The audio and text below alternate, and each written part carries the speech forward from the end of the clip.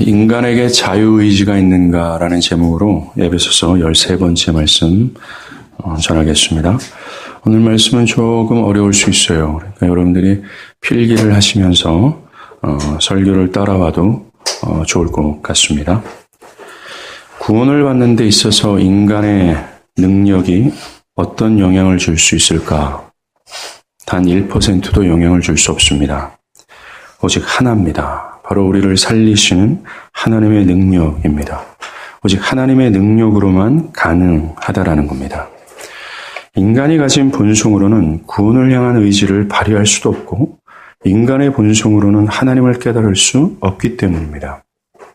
스가랴 4장 6절에 힘으로도 되지 아니하고 능으로도 되지 아니하고 오직 나의 영으로 되느니라. 이것이 성경 전체가 말하는 복음이에요. 즉 인간은 안 된다. 오직 하나님의 능력으로만 된다라는 겁니다. 오늘 바울도 인간 안에 있는 자유의지가 죄로 인해 완전히 죽었다라는 것을 증명합니다. 자유의지란 사람이 자신을 영원한 구원으로 이끌거나 또 그것을 거절하게 만들 수 있는 능력을 말하는 거예요. 인간의 의지가 천국이나 지옥을 택할 수 있다는 말입니다. 인간의 의지와 능력으로 하나님의 말씀과 구원을 주시는 그분의 사역을 받아들일 수도 있고 또 받아들이지 않을 수도 있다는 그런 능력이 인간 안에 내재했다. 그것이 바로 자유의지라는 거예요. 이런 자유의지가 죄로 인해 완전히 죽었다. 그런 능력이 인간 안에 없다라는 것이 바울과 성경의 주장입니다.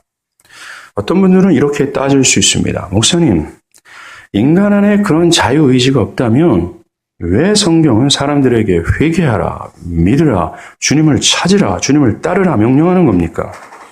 사람들이 그것을 따를 수 있는 자유의지가 없는데 왜 굳이 그렇게 명령하는 겁니까?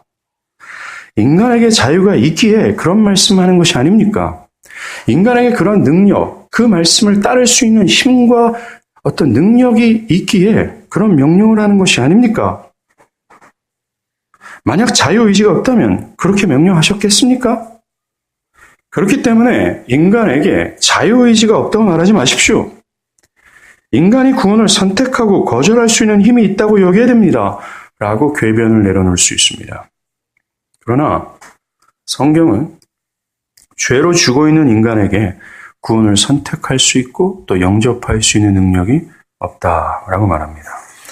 오늘 본문에서 바울은 이것을 주장하고 싶어하는 거예요. 인간의 자유의지가 없다라는 것을. 오늘 본문 1절에서 3절입니다. 그는 허물과 죄로 죽었던 너희를 살리셨도다. 그때 너희는 그 가운데서 행하여 이 세상 풍조를 따르고 공중권세 잡은 자를 따랐으니 곧 불순종의 아들들 가운데 역사하는 영이라. 전에는 우리도 다 그 가운데서 우리의 육체의 욕심을 따라 지내며 육체와 마음에 원하는 것을 하여 다른 이들과 같이 본질상 진노의 자녀였더니 라고 얘기해요.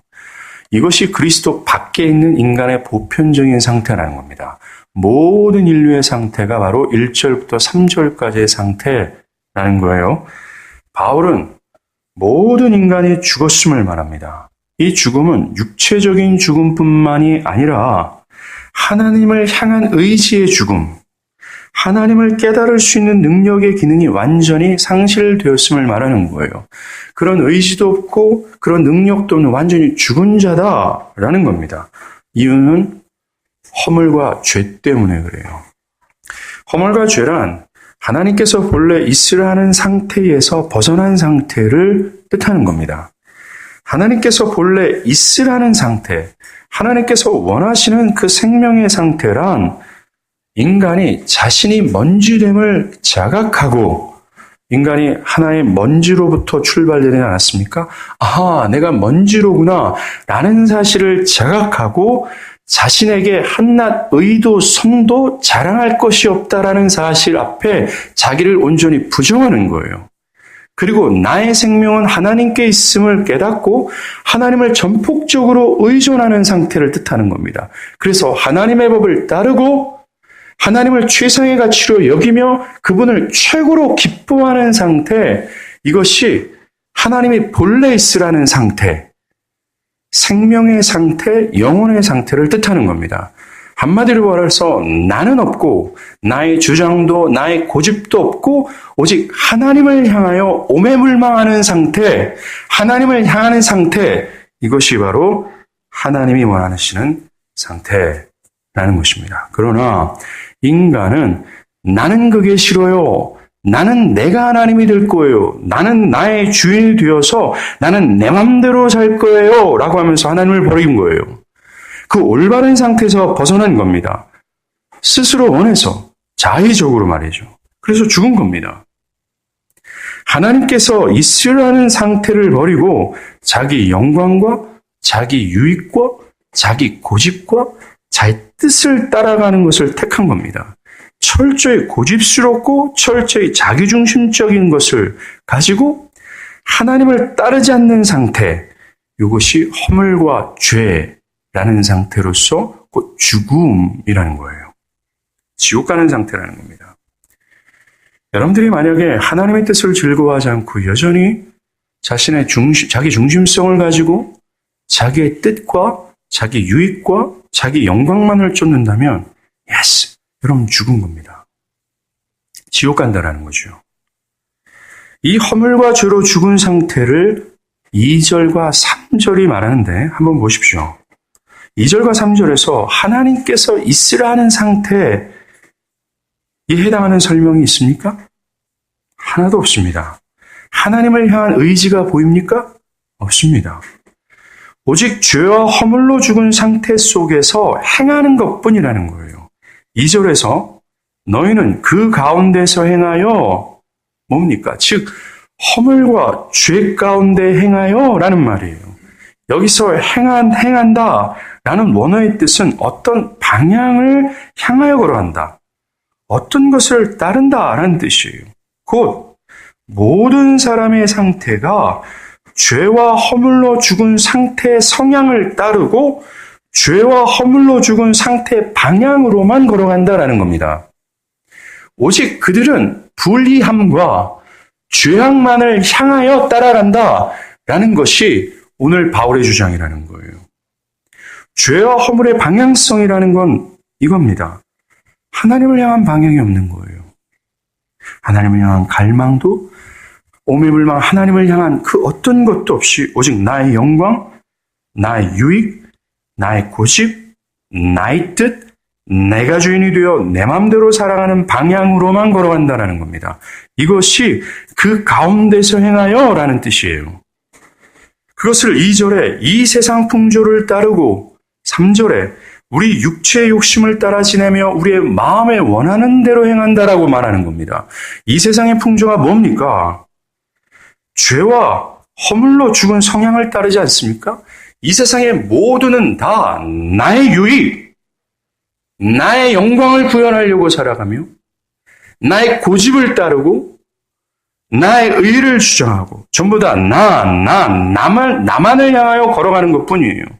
오직 나만을 위한 방향성과 성향을 가지고 있습니다. 모두가 다 나의 영광을 구현하고 있는 것이 바로 세상의 풍조라는 겁니다. 모든 사람들이 갖고 있는 모든 사람들의 성향이 바로 이러한 거라는 거예요. 오직 한쪽 방향만을 갖고 있다는 것입니다. 부모들이 자녀를 양육하고 장녀를 양육하는 것도 엄연히 따지고 들어가면 다 부모의 영광과 부모의 유익을 챙기고자 자녀를 오매불망 양육하는 거예요. 좋은 학교에 들어가고 학위를 따르는 그 원인도 다 자기를 위한 겁니다. 사람들은 수많은 선택 속에서 살아갑니다. 그 선택을 할 때 하는 그들의 의지, 그들의 자유의지는 오직 죄와 허물로 죽은 상태의 방향성으로 선택할 뿐이에요. 수많은 선택과 결정 가운데 그들이 발휘하는 의지는 뭡니까? 다 나에게 유리한 것, 나에게 영광이 되는 것, 나의 감정과 마음의 욕심에 만족이 되는 것을 선택하고 결정한다는 겁니다. 교회를 다니는 사람들도 하나님의 뜻을 물음답시고 기도를 하죠. 열하게 하나님의 기도를 합니다. 하나님의 뜻을 이루어 주시옵소서 라고 하나님의 뜻을 구하는 것 같지만 그 내심에는 뭡니까? 하나님의 뜻이 이루어지는 것이 아니라 내가 설정한 그 뜻이 이루어지기를 갈망하지 않습니까? 그리고 기도한 후에도 결과적으로는 하나님의 뜻보다는 내가 선택하고 결정한 것을 따라가고 있지 않습니까? 인간 안에 존재하고 있는 자유의지는 오직 허물과 죄를 향한 방향성만을 선택하는 능력이라는 거예요. 그 어떠한 것도 하나님을 찾고 하나님을 향한 의지가 없음을 2절과 3절에서 바울은 주장하는 겁니다. 매우 한쪽 방향으로만 가는 것을 볼 수 있어요. 아까 제가 자유의지를 설명하지 않았습니까? 자유의지는 하나님의 말씀을 받아들일 수도 있고 하나님의 말씀을 거절할 수 있는 능력을 뜻하는 겁니다. 또한 자유의지는 하나님을 따라갈 수도 있고 세상을 따라갈 수 있는 능력을 뜻하는 거예요. 그런데 죄와 허물로 죽은 보편적인 인간은 모든 인류는 오직 한쪽 방향만이라고 얘기합니다. 오직 죄와 허물로 죽은 상태 가운데서만 행한다라고 성경은 말하는 거예요. 어디로 가고 있습니까? 그들의 삶의 방향은 죄와 허물의 방향이라는 거예요. 아무리 이 사람이 성실하고 부지런하며 사람들에게 많은 덕을 끼쳤다 할지라도 그 사람이 이 죄와 허물을 그리스도로 말미암아 해결하지 않는다면 그들의 방향성은 정말 열렬히 질주하고 있는 겁니다. 어디로요? 하나님의 심판을 향해서요. 이것이 성경의 증언입니다. 허물과 죄로 죽어있는 인간에게 남아있는 자유의지는 이것뿐입니다. 인간에게 살아있는 자유의지는 한 방향뿐이라는 거예요. 나만을 위한 자유의지. 나만을 위해서 선택하고 결정할 수 있는 자유의지라는 거예요. 하나님을 넘습니다. 하나님을 따르거나 하나님을 거절할 자유의지가 없어요. 오직 죄만을 향한다는 겁니다. 로마서 1장 18절에 바울은 모든 인류가 죄로 인하여 하나님의 진노 아래 있다라고 설명을 합니다. 로마서 1장 18절 하나님의 진노가 불의로 진리를 막는 사람들의 모든 경건치 않음과 불의에 대하여 하늘로부터 나타나나니 라고 말합니다. 모든 사람이 하나님의 진노 아래 있다라는 겁니다. 만약 모든 사람에게 자유의지가 있다면 그 진노를 피하고자 악을 행하지 않고 최소한 선을 행하고자 해야 된다는 겁니다. 모든 사람이 진노 아래 있고 모든 사람이 자유의지가 있다면 최소한 모든 사람은 그 자유의지를 가지고 이 심판에서 벗어나기 위하여 하나님을 향해야 된다는 겁니다. 무엇인가 선을 행하고자 하는 의지가 있어야 돼요. 그런데 바울은 뭐라고 얘기합니까? 모두가 예외 없이 어떤 선을 행하고자 하는 자유의지의 힘이 없다라는 거예요. 하나님을 향하고자 하는 것이 아니라 모두가 다 불의를 향하여 가고 있다라고 얘기합니다. 그 자유의지, 허물로 죽은 사람들이 갖고 지고 있는 이 자유의지는 오로지 한 방향, 경건치 않음과 불의로 그들을 이끈다라고 얘기해요. 이들이 갖고 있는 자유의지를 가지고는, 이들이 가지고 있는 본성적인 능력으로는 도대체 구원에 이를 수 없다라는 거죠. 이렇게 인간의 보편적인 허물과 죄가 인간 안에 자유의지가 없음을 증명하고 있습니다. 이런 성경의 가르침 앞에 누가 감히 인간에게 자유의지가 있습니다. 인간에게 하나님을 향할 수 있는 능력, 인간이 그리스도를 믿을 수 있는 힘이 있습니다. 라고 어떻게 말할 수 있겠습니까? 마틴 루터는 말입니다. 나에게 요한이 쓴 서신 복음서와 바울이 쓴 서신서 두 개만 가지고도 인간에게 자유의지가 없음을 내가 충분히 증명할 수 있다는 것을 주장했어요. 두 번째, 인간이 하나님의 능력으로만 구원받을 수 있다는 이 사실, 오직 하나님의 능력으로만 구원받을 수 있다는 이 사실이 인간에게 자유의지가 없음을 증명해 줍니다. 나면서부터 안진뱅이 된 사람이 있어요. 이 사람은 자기의 의지로 어디를 갈 수가 없습니다. 자기 의지로 무엇을 행할 수 없어요. 왜냐하면 그 사람의 다리의 근육은 죽어있기 때문에 그렇습니다. 이 사람은 다른 무엇인가의 능력이 필요해요. 마찬가지입니다. 허물과 죄로 죽은 사람들은 절대로 자신의 의지와 능력으로 하나님을 향할 수 없습니다. 왜냐하면 그들은 죽어있기 때문에 그래요. 어떤 능력이 필요합니다. 바로 하나님의 능력이에요. 하나님의 어마무시한 그 창세기 1장 가운데 천지 창조 가운데 나타났던 그 하나님의 보호의 능력, 나라의 그 능력이 필요하다는 거예요. 자, 오늘 본문은 말입니다. 에베소서 1장 19절부터 쭉 한 문장으로 되어 있는 내용이에요. 1장 19절에 성도 안에 역사하고 있는 그 하나님의 능력이 무엇인지 라면서부터 시작하는 거예요. 그 하나님의 크신 능력이 성도 안에 역사하는데 그 능력으로 말미암아 그리스도께서 죽음 가운데 살아나셨고 그리스도가 교회의 머리가 되셨고 모든 만물이 그리스도 앞에 복종했으며 그리고 죄와 허물로 죽은 너의 영혼을 5절에 뭐라 그래요? 그리스도와 함께 살리셨고 라고 얘기해요. 그 하나님의 능력을 과시하고 있어요. 바울은 모든 허물과 죽어있는 상태의 그들에게 필요한 것이 이 능력이라는 사실을 보여주고 있는 겁니다. 보편적인 죄로 말미암아 모든 하나님을 향한 모든 능력을 상실한 그들에게 필요한 것이 이 능력이야 라는 것을 말씀하고 있는 거예요. 이 능력을 돋보이고 이 능력의 필요성을 강조하고 이 능력의 필요함을 강력하게 어필하는 겁니다. 이게 1장 19절부터 오늘 본문까지 이어지는 주된 메시지라는 거예요. 하나님의 능력이라는 겁니다. 구원은 오직 하나님의 능력이라는 거예요.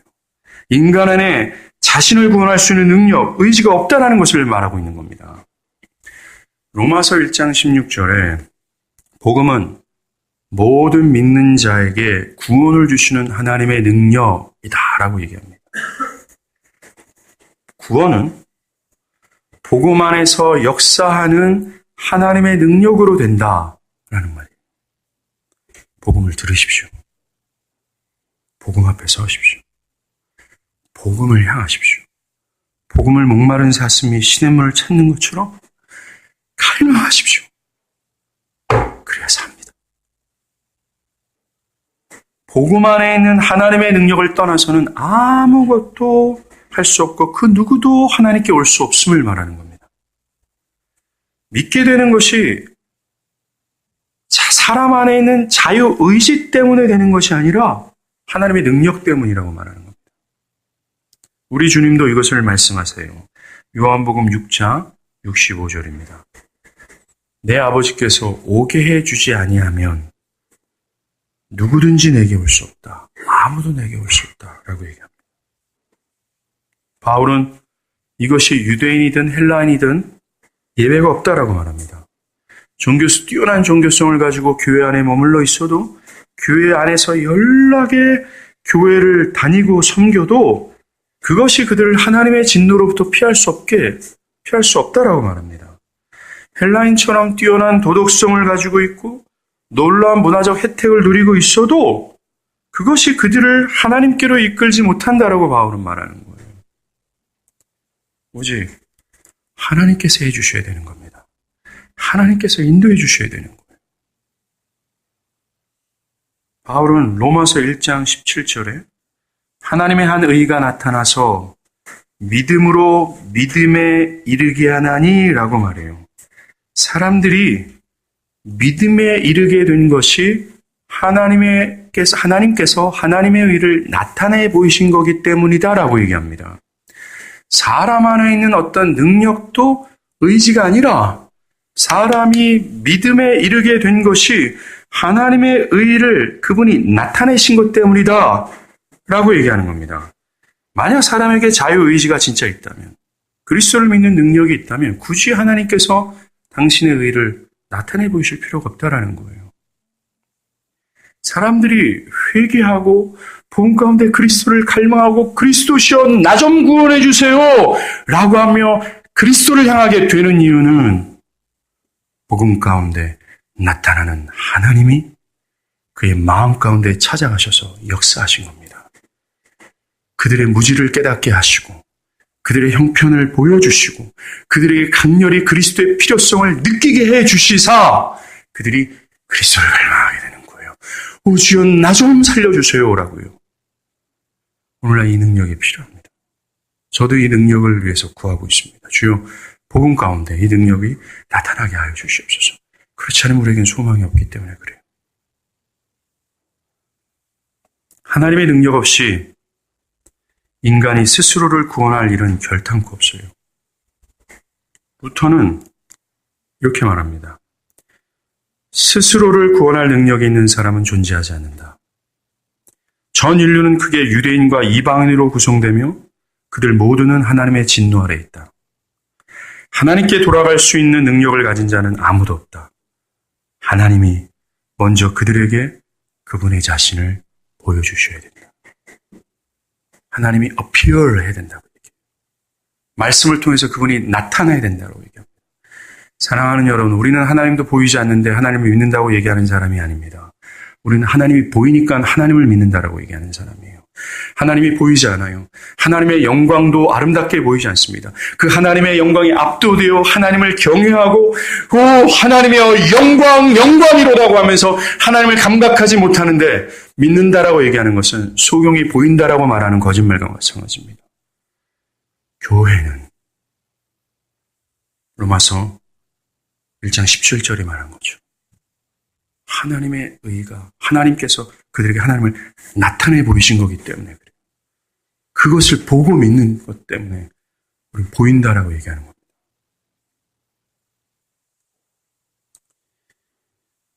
성경 하나 찾습니다. 로마서 3장 9절이에요.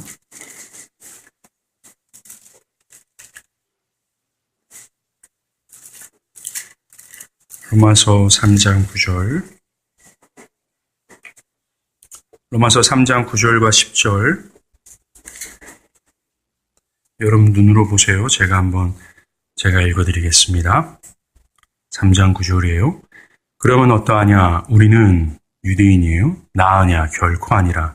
유대인이나 헬라인이나 다 죄 아래 있다고 우리가 이미 선언하였느니라. 의인은 없나니 하나도 없으며 깨닫는 자도 없고 하나님을 찾는 자도 없고 다 치우쳐 함께 무익하게 되고 선을 행하는 자가 없나니 하나도 없도다 라고 얘기해요. 바울은 먼저 모든 인류가 죄 아래 있다라고 얘기해요. 하나님의 진노 아래 있음을 말합니다. 그리고 죄 아래 있는 모든 사람들의 자유의지는 한쪽으로 치우쳐 있다라고 얘기해요. 10절에 깨닫는 자도 없고 하나님을 찾는 자도 없고 다 치우쳐라고 해요. 그들의 능력과 그들의 방향성과 그들의 선택과 결정과 의지가 다 치우쳐 있다라고 얘기해요. 다 무익하게 되고 선을 행하는 자가 없다. 하나도 없다라고 얘기합니다. 모든 사람 안에 어떤 자유의지도 보이지 않아요. 이들에게 보이는 의지는 오직 한쪽에만 치우쳐 있습니다. 어딥니까? 허물과 죄로의 방향성이에요. 오직 허물과 죄의 길을 따를 뿐이라는 겁니다. 여기 보십시오. 죄 아래 있는 사람들 중에 의인이 없다라고 얘기합니다. 깨닫는 자도 없다라고 얘기해요. 하나님을 찾지도 않는다라고 얘기합니다. 다 치우쳐 무익한 일을 집중하고 있고 선을 행하는 거저도 없다라고 얘기하는 겁니다. 사랑하는 여러분, 오늘 아침에도 일찍 일어나서 성실하게 일터로 향하는 그 사람들이 그 죄의 문제를 해결되지 않고서 살아가고 있다면 그들은 지금 어디를 향하고 있습니까? 무익한 것, 선을 행하지 않는 것, 다 치우쳐서 지옥을 향해 다가가고 있는 거예요. 나를 사랑해주고, 나를 섬겨주고, 나를 위해주는 나의 부모님들이 이 죄의 문제가 해결되지 않고 있다면 그들의 방향성은 지금 죄의 허물의 방향성으로 달려가고 있다는 것입니다.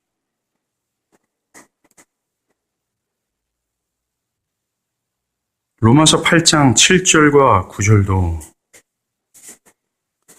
육신의 생각은 하나님과 원수되나니 이는 하나님의 법에 굴복하지 않을 뿐만 아니라 할 수도 없습니다. 육신에 있는 자들은 하나님을 기쁘게 할 수 없다라고 말합니다. 예, 맞습니다. 인간은 하나님께 조금도 움직이려고 하지 않아요. 조금도 움직이려는 시도조차 하지도 않을 뿐만 아니라 할 수도 없다는 것입니다. 인간의 죄악된 의지는, 인간이 본성적으로 가지고 있는 의지는, 능력은 하나님을 향해 조금도 움직이려 하지 않는다라는 거예요. 매우 질기고 고집스럽습니다. 얼마나 강팍한지 몰라요. 나는 하나님이 싫어요. 나는 내가 주인이 될 거야라고 선언한 모든 인간의 의지와 능력은 매우 강팍하고 질깁니다. 하나님의 능력이 필요한 이유가 바로 이것입니다. 이 질기고 강팍하고 고집스러운 인간의 마음을 박살낼 수 있는 힘은 하나님밖에 없어요. 그래서 스가랴 선지자가 얘기하지 않습니까? 힘으로도 되지 아니하고 능으로 되지 아니하고 오직 하나님의 영으로 된다라고 얘기합니다. 주여,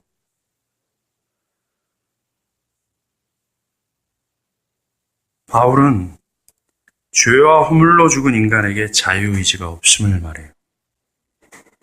오직 그들은 죄와 허물로 죽은 상태의 방향성으로만 치우쳐 있다는 겁니다. 그들의 의지는 죄와 허물을 향한 의지로만 갖고 있는 거예요. 두 번째로는 하나님의 능력으로만 구원받을 수 있다는 이 사실이 그 인간에게 자유의지가 없음을 설명해 주는 겁니다. 세 번째, 바울은 더 적극적으로 말합니다. 인간이 가지고 있는 의지는 그저 마귀적 의지일 뿐이다 라고 설명합니다. 이것이 인간에게 자유의지가 없다라는 세 번째 증거예요. 에베소 2장 2절, 우리가 읽은 본문입니다. 에베소 2장 2절 후반부에 공중권세에 잡은 자를 따랐으니 곧 지금 불순종 아들들 가운데 역사하는 영을 따르는 겁니다. 3절 후반부에 다른 이들과 같이 본질상 진노의 자녀였더니 라고 얘기해요. 바울은 허물과 죄로 죽어있는 사람들이 마귀의 자녀라고 얘기하는 겁니다. 그래서 마귀적 의지를 가지고 있을 뿐이라고 얘기해요. 요한복음에서 예수님 자신을 믿지 않고 스스로를 아브라함의 자손이라고 자긍하는 유대인들에게 이렇게 말씀하십니다. 성경을 찾겠습니다. 요한복음 8장 찾겠어요? 여러분들 잘 이해되시죠? 아무 대답도 없으니 요한복음 8장 부분적으로 읽겠습니다. 먼저 34절 한번 보겠습니다. 요한복음 8장 34절 예수께서 대답하시되 진실로 진실로 너희에게 이르노니 죄를 범하는 자마다 다 죄의 종이라. 41절이에요. 너희는 너희 아비가 행한 일을 하는도다. 대답하되 우리가 음란한 데서 나지 아니하였고 아버지는 한 분뿐이시니 곧 하나님이시로다. 42절 예수께서 이르시되 하나님이 너희 아버지였으면 너희가 나를 사랑하였으리니 이는 내가 하나님께로부터 나와서 왔습니다. 그가 나는 스스로 온 것이 아니요 아버지께서 나를 보내신 것이라. 43절 어찌하여 내 말을 깨닫지 못하느냐. 이는 제가 현대어 번역으로 말할게요. 이는 너희가 내 말을 들을 수 없기 때문이다. 헬라어로는 드나마이, 들을 수 있는 능력이 없기 때문이다 라는 말이에요. 44절 결정적 진술입니다. 왜냐하면 너희는 너희 아비 마귀에게서 났으니 너희 아비의 욕심대로 너희도 행하고자 하느니라. 그는 처음부터 산인한 자요 진리가 그 속에 없으므로 진리에 서지 못하고 거짓을 말할 때마다 제 것으로 말하나니 이는 그가 거짓말장이요 거짓의 아비가 되었습니다. 45절 내가 진리를 말함으로 너희가 나를 믿지 아니하노다. 47절 볼까요? 하나님께 속한 자는 하나님의 말씀을 듣나니 너희가 듣지 아니함은 하나님께 속하지 아니하였음이니라. 41절에 주님은 그리스도를 믿지 않고 나는 하나님의 자녀예요. 즉 호물로게세이 하지 않고 나는 하나님의 자녀예요 라고 말하는 사람들은 뭐라고 얘기합니까? 마귀의 자녀다라고 얘기하면서 그들은 마귀의 욕심대로 행한다라고 얘기해요. 오늘 본문과 일치되지 않습니까? 오늘 본문 2절과 3절에 뭐라고 얘기해요? 죄와 허물 가운데 행한다라고 얘기하지 않습니까? 하나님의 뜻을 따르고자 하는 마음도 없이 오직 나만을 위한 선택과 방향만을 가지고 있다. 주님도 진술하지 않습니까?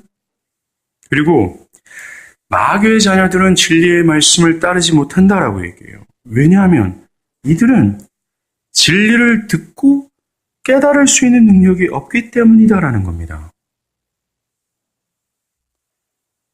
너희 안에 나의 말, 즉 너희 안에 주님의 말씀을 깨달을 수 있는 능력이 없다. 왜냐하면 너희가 마귀의 자녀이기 때문이다. 라고 요한복음에서 주님이 말씀하지 않습니까? 맞아요.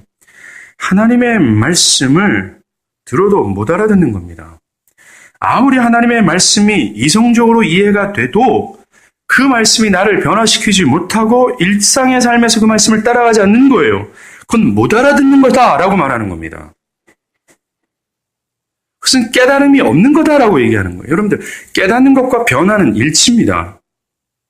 내가 이성적으로 그것을 아하라고 했다 할지라도 그 말씀이 나를 변화시키고 그 말씀에 따라 내 삶을 움직이지 않는다면 못 깨달은 거예요. 듣고도 주님을 따라하는 실제적인 신앙이 없으면 마귀의 자녀일 뿐이다라고 얘기하는 겁니다. 마귀적 의지를 가진 사람들에게 주님의 말씀은 그저 노랫가락이에요. 자기 귀를 즐겁게 해주는 도구일 뿐입니다. 잠시 즐겁게 하다가 사라지는 봄바람과 같은 것에 불과해요. 이 말씀이 자신에게 별다른 의미가 없어요. 주구장창 듣고 또 들어도 따르지 않는 겁니다. 스스로 하나님의 자녀라고 자긍해도 그 진리를 듣고 진리를 깨닫고 진리를 따르지 않으면 마귀의 자녀일 뿐이에요. 오직 마귀적 의지를 가지고 있어서 하나님을 향할 수 없는 능력도 없어요. 하나님의 말씀을 들을 능력도 없는 인간에게 자유의지를 찾을 수 있겠습니까? 이거 불가능한 겁니다. 이처럼 허물과 죄로 죽어있는 사람들에게 남아있는 자유의지란 마귀적 의지뿐이라는 거예요. 한쪽 방향이라는 겁니다. 이런 처지에 있는 인간이 어찌 하나님 앞에서 자랑할 수 있겠습니까?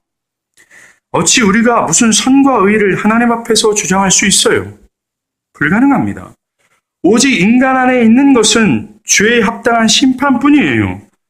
그럼에도 불구하고 우리는 왜 이렇게 교만하고 나에게 임박한 하나님의 진노에 대해서 무감각한지 모르겠습니다.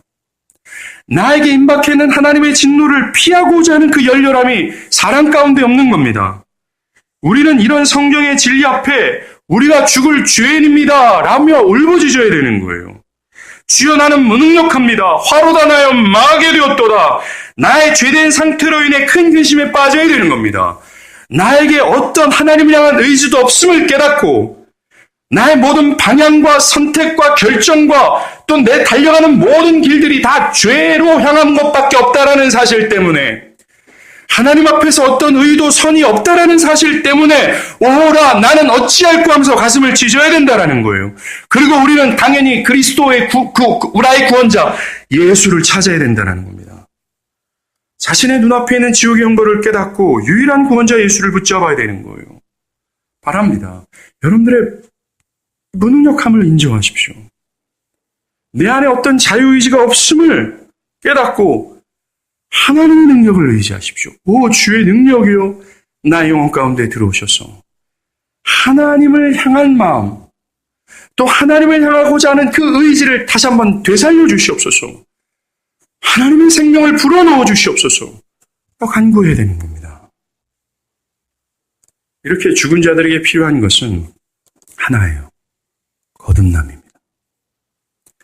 하나님을 향한 의지가 도대체 없어요. 하나님의 말씀을 듣고 깨달을 수 있는 능력이 없습니다. 하나님을 따라갈 수 있는 능력이 없어요. 그래서 우리에게 필요한 것은 성령께서 그 의지를 되살리시고 그 능력을 우리 가운데 허락하셔야만 됩니다. 이것을 거듭남이라고 그래요. 중생이라고 얘기합니다. 그럴 때 우리는 하나님을 찾고 하나님을 향해 걸어갈 수 있습니다. 지금까지 바울은 좀 잔인하게, 무지막지하게 인간 안에 자유의지가 없음을 말했습니다. 바울이 그렇게 말하는 이유는 우리를 엿먹이려고 하는 것이 아니에요. 제가 엿먹이다라는 한국어 사전을 찾았습니다. 있어요. 그 엿먹이다라는 것이 다른 사람을 등쳐업고 골탕먹이려 합니다 라고 얘기합니다. 근데 우리는 골탕먹이다라는 단어보다는 엿먹인다라는 것이 훨씬 마음에 와닿습니다. 예, 맞아요. 바울은 우리를 엿먹이려고 그런 인간 안에 자유의지가 없다. 너희는 완전히 죽었다. 라고 무지막지하게 얘기하는 것이 아닙니다. 그냥 죽었으니 그냥 죽어라. 무능력 속에 죽어라. 라는 것을 말하는 것이 아닙니다. 그렇게 말하는 이유는 인간이 구원이 필요한 존재임을 알리기 위해서라는 거예요. 구원의 필요성을 깨닫게 하기 위함이라는 겁니다. 그들의 현재의 상태가 어떤 상태인지 그들이 어떤 변명도 할 수 없는 죄인이라는 사실을 알려서 임박한 하나님의 진노를 피하게 하기 위해서 그렇게 말하는 거예요. 질병에 걸려있는 환자에게 의사가 처음으로 진단하는 게 뭡니까? 바로 그 사람이, 그 환자가 지금 어떠한 상태인지를 알리는 거예요. 그것을 아는 겁니다. 환자가 자신의 상태를 건강하다고 판단한다면 의사의 진단을 처방받지 않아요. 그래서 의사는 이 사람이 현재 어떤 질병에 걸려있는지를 분명히 말할 때 그제서야 환자는 내가 나아야 될 존재구나. 내가 구원이 필요한 존재라는 사실을 깨닫게 됩니다. 마찬가지예요. 성경이 우리의 상태를 가르쳐주는 이유는 우리 안에 어떤 자유의지도 없다라는 상태를 말씀해 주시는 이유는 우리가 영적 환자며 우리가 구원이 필요한 존재구나 라는 사실을 알려주기 위함이라는 겁니다. 성경이 오늘 우리를 어떻게 진단합니까? 바로 죄와 허물로 영원한 하나님의 심판 안에 있다는 겁니다. 또는 우리의 삶이 어디를 향하여 달려가고 있다고 얘기합니까? 바로 죄를 향해서, 즉 지옥을 향해서 달려가고 있다고 말하고 있지 않습니까? 아침에 일찍 일어나서 출근하고 미래를 위해 열심히 달려가는 그들의 방향이 지옥이라는 거예요. 그들의 방향과 발걸음이 잘못됐다라는 겁니다. 그래서 좀 돌이키라고, 제발 좀 정신 차리라고, 그래서 임박한 하나님의 진노를 피하라고 바울은 그렇게 말하는 거예요. 사랑하는 여러분, 여러분들이 만약에 교회라면 여러분들의 눈앞에서 그리스도 밖에 있는 사람들이 이렇게 보이게 될 겁니다. 그들이 세상에서 아무리 뛰어난 명예를 갖고 있다 할지라도, 그 사람의 직업이 화려하다 할지라도, 그 사람이 명석한 두뇌를 가지고 있다 할지라도 그 사람은 지금 지옥을 향해서 달려가는 자처럼 보이게 될 거예요. 그래서 그 교회라면 그들을 향해서 스탑! 제발 좀 길을 멈추세요! 라고 말하게 될 겁니다.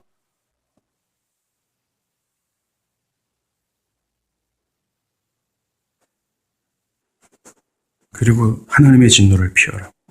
구원의 긴박성을 강조하게 될 거예요. 구원의 필요성을 강조하게 될 겁니다. 하나님의 은혜가 임한 영혼에게 그들은 이렇게 반응합니다. 내가 죄인이구나. 내가 이런 처지에 놓여있구나. 나에게 구원이 필요하구나. 내가 죽은 자로다. 내가 살아야 되겠다라는 하나님의 은혜를 호소하게 된다는 거예요. 이어서 주님은 그런 인간이 어떻게 구원을 이룰 수 있는지를 처방해 주십니다. 그것이 바로 우리의 행위가 아니라 믿음으로 의롭다함을 받는다라는 기독교 핵심 진리로 인도하는 거예요. 오늘 본문 8절에 너희는 그 은혜에 의하여 믿음으로 말미암아 구원을 받았으니 라고 말해요. 주 예수를 믿는 믿음입니다. 자유의지의 반대가 믿음이에요. 자유의지는 인간이 할 수 있음을 강조하지만 믿음은 반대입니다. 믿음은 오늘 성경이 말하는 모든 자신의 처지를 깨닫고 자신의 무능력을 시인하는 거예요. 한마디로 하나님 앞에서 다 두 양발을 다 하나님께 항복하는 겁니다. 주여, 나는 할 수 없습니다. 나는 이런 부패한 처지 가운데 있습니다. 나는 죄의 저주가 아래 있고 하나님의 심판 아래 놓여져 있습니다. 주여, 나 좀 살려주세요. 완전히 하나님 앞에 자기를 부정하여 항복하는 거예요. 그리고 오로지 나의 구원자 그리스도를 의지하며, 어떤 믿음은 그리스도께서 2000년 전에 행하신 그 모든 일들을 붙드는 거예요. 그것이 나의 것이 되기를 사모하는 겁니다. 그것이 믿음이에요. 믿음은 자유의지의 반대예요. 그래서 바울은 로마서도 그렇고 에베소서도 그렇고, 그리고 성경 전체는 인간이 무능력하다, 즉 자유의지가 없음을 선언하고 오직 믿음으로 말미암아 된다라는 얘기를 하는 겁니다. 믿음이에요. 그게 하나님께서 본래 있으라는 상태 아닙니까? 그것이 하나님께서 본래 영생의 상태, 생명의 상태, 하나님이 우리와 친밀하게 교제하는 그 상태가 아니겠어요? 나의 먼지됨을 자각하고 내 안에 어떤 선도 의도 없다라는 것을 고백하며 자기를 부정하는 거예요. 그리고 나의 생명이 하나님께 있음을 믿고 하나님을 전폭적으로 의존하는 겁니다. 그리고 하나님을 기뻐하고 하나님을 그 어떤 가치보다 귀하게 여기는 겁니다. 이것이 아니겠어요? 이것이 믿음 아니겠습니까? 기독교가 말하는 정말 큰 메가폰으로 기독교가 지금도 외쳐내고 있어요. 2000년 역사 가운데 그 한마디를 외치고 있습니다. 행위는 안 돼요. 믿음만이 돼요. 라는 것을 외치고 있어요. 이 믿음이 바로 하나님이 원하시는 상태가 되는 거예요.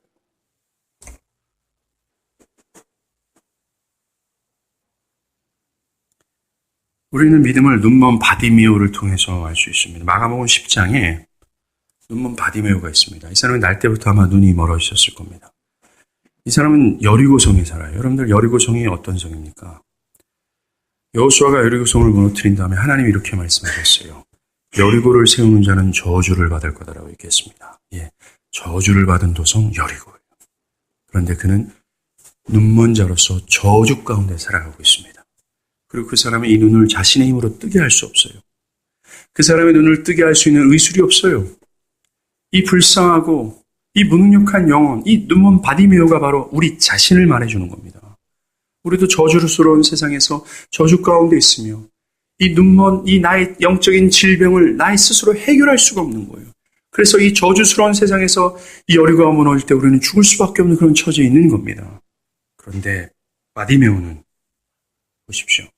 어느 날 여리고성을 방문했다는 예수의 소식을 바디메오가 들어요. 사람들의 말을 듣습니다.